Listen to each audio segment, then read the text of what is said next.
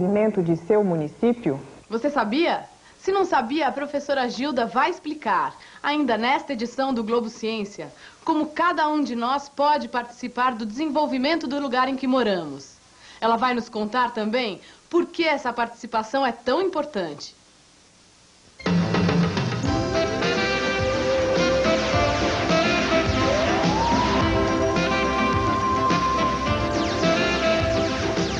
Bom dia! No século passado, o cientista francês Louis Pasteur percebeu que quando injetava micróbios mortos, causadores de uma doença de gado, em vacas e ovelhas, elas ganhavam proteção contra a doença. Pronto, estava inventado o princípio da vacina. Uma conquista monumental da humanidade no combate às epidemias. De lá para cá, os cientistas nunca deixaram de procurar vacinas para as doenças contagiosas e se esforçam para aperfeiçoar as que já existem. O Brasil hoje fabrica uma parte das vacinas de que precisamos. Na reportagem que está no final desta edição, conheça uma das nossas fábricas de vacina, a do Instituto Butantan de São Paulo. E veja também no Globo Ciência de hoje, um livro que conta a história do universo e como funciona a catraca eletrônica, já usada pelas empresas e nos grandes estádios de futebol.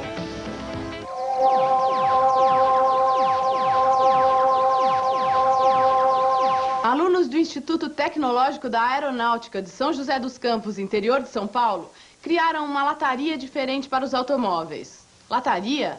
A palavra não está certa. O carro é feito de fibra de juta.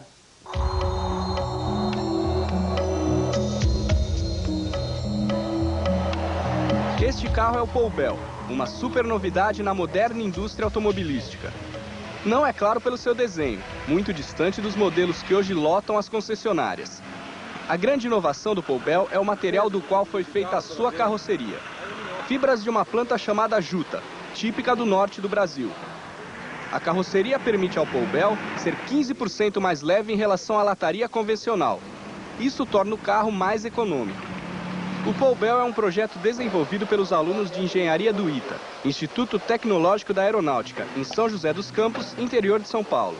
O trabalho começou em 1988 e terminou este ano. O primeiro passo do projeto foi o desenho do carro em computador. Em seguida, os alunos do ITA fizeram um molde de gesso do Poubel para trabalhar a forma das peças da carroceria. Aí começou o trabalho com as fibras de juta. A juta é muito usada no Brasil para a produção de cortinas e sacos como este. Os alunos do ITA usam os sacos como material base para a carroceria de juta. Primeiro, eles cortam a folha no formato da peça da carroceria. Enquanto isso, outros alunos misturam resina e catalisador, substâncias químicas que vão preparar as fibras de juta. Essa é a parte que vai dar consistência ao tecido, porque o tecido em si ele é muito flexível, né? Então a gente mistura aqui a resina com o catalisador e depois de um certo tempo essa resina ela sofre o processo de cura, tá? Que é a parte que é o endurecimento da resina, né? E a gente vai lá e vai laminar isso aqui em cima do tecido que foi cortado anteriormente.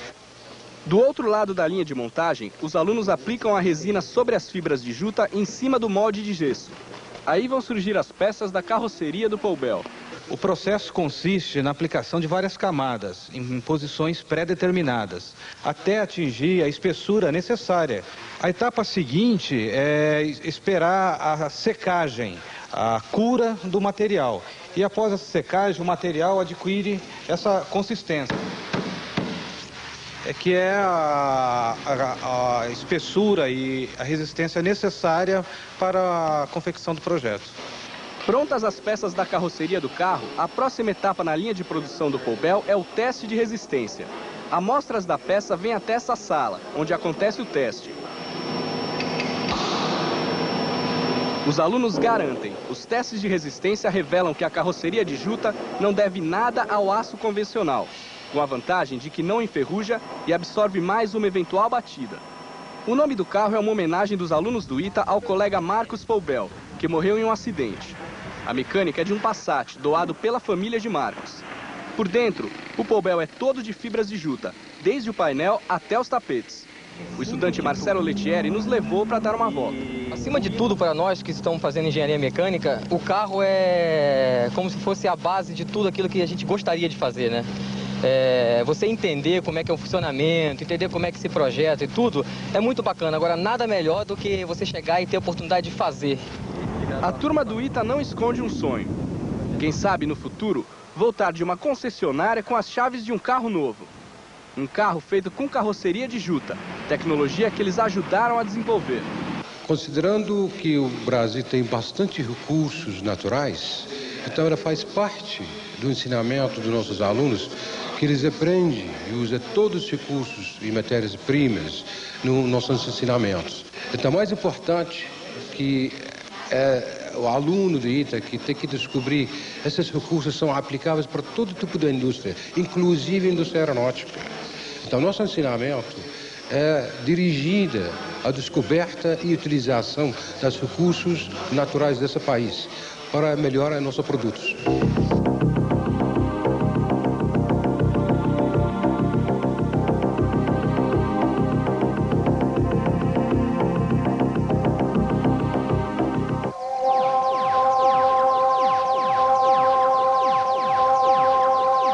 No Instituto de Tecnologia de Massachusetts, um dos mais importantes do mundo, especialistas em informática decidiram criar um programa de computador para juntar milhões de informações sobre a poluição do ar.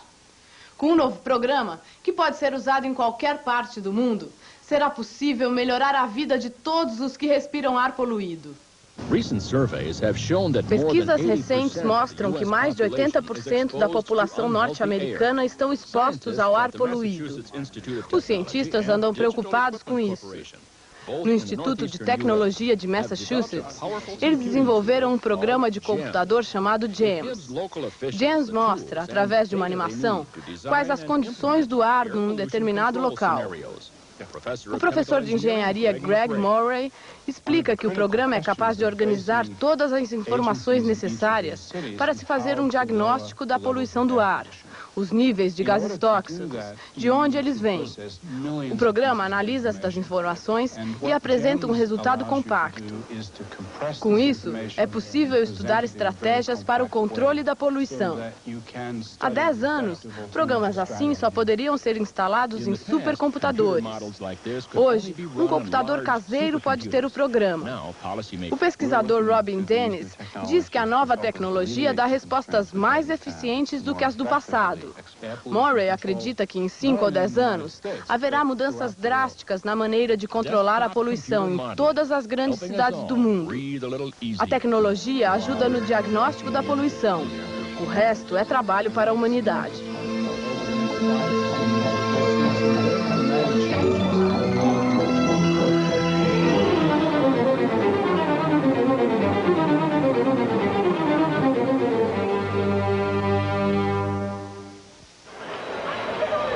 Os principais estádios do Brasil estão trocando o ingresso de papel pelo cartão magnético e pela catraca eletrônica. Eles evitam o desvio de renda, os ingressos falsos e os cambistas. Este aparelho grava códigos nos cartões magnéticos, num processo semelhante à gravação de fitas cassete. Os ingressos para cada setor do estádio recebem um código. Os da geral têm um, os da numerada outro e assim por diante. Este outro aparelho conta os ingressos antes deles irem para as bilheterias e também serve para conferi-los quando voltam. Quando o torcedor coloca o cartão magnético na catraca eletrônica, este passa por um leitor que identifica o código e manda a informação para a CPU, um computador que é o cérebro da máquina. A CPU só aceita os cartões que tiverem o código programado. Se o código estiver certo, o torcedor pode passar. Se estiver errado, a catraca não roda e o torcedor não entra. A CPU registra quantos torcedores passaram pela catraca e pode totalizar os dados de público e de renda.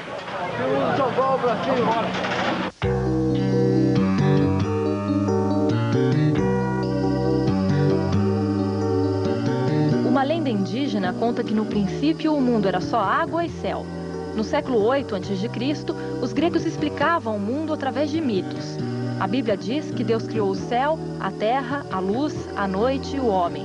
E os cientistas de hoje querem comprovar que o universo surgiu de uma grande explosão de matéria altamente condensada, a altíssima temperatura, o Big Bang. Todas essas explicações sobre o universo estão neste livro, O Universo, Teoria sobre Sua Origem e Evolução, da editora Moderna, escrito pelo físico Roberto de Andrade Martins. Ele é professor da Universidade de Campinas, interior de São Paulo, e há 10 anos estuda as teorias que buscam explicar a origem do universo. Você pode encontrar em todas as épocas, em todas as civilizações, essa procura, essa tentativa de entender a origem de tudo, a origem do universo, do homem, do céu, dos animais, da vida, da terra. Isso certamente é uma dimensão humana, essa busca do princípio de tudo. A gente precisa de ter pontos de contato com o universo. Assim como a gente precisa de se situar na sociedade, a gente também precisa saber qual é o nosso papel dentro do universo. E isso significa que a gente tem que entender onde que a gente está, qual é a nossa relação com isso tudo. A gente está agora procurando conhecer a nossa origem, como também há 3.000 anos se tentava. Nosso conhecimento não é exatamente igual ao antigo, mas a gente ainda está numa busca, a gente não chegou ao final. E para se entender o que é esse conhecimento que a gente tem atualmente, você precisa conhecer o processo pelo qual as pessoas fazem essa busca. O meu objetivo é realmente descrever como a humanidade tem lutado para entender essa origem do universo. Quer dizer, meu objeto central é o homem que pensa. É tentar ver como é possível você encontrar essas respostas. De onde veio este mundo? Como ele surgiu? De onde vieram os homens? Qual o significado de tudo que existe? O livro começa assim. Enquanto lia, eu lembrei de quando era criança e de como imaginava o mundo. Eu achava que o mundo tinha um fim, que o mundo acabava. Hoje a gente sabe que isso é um absurdo, mas muitas civilizações na antiguidade acreditavam que o mundo acabava, que o mundo tinha um fim. O livro conta como os homens imaginavam o começo do universo e como esse pensamento foi evoluindo. É uma verdadeira viagem ao mundo das ideias, desde Homero até os grandes cientistas da atualidade, do século XX. O universo, teorias sobre sua origem e evolução, é a dica de leitura do Globo Ciência desta semana.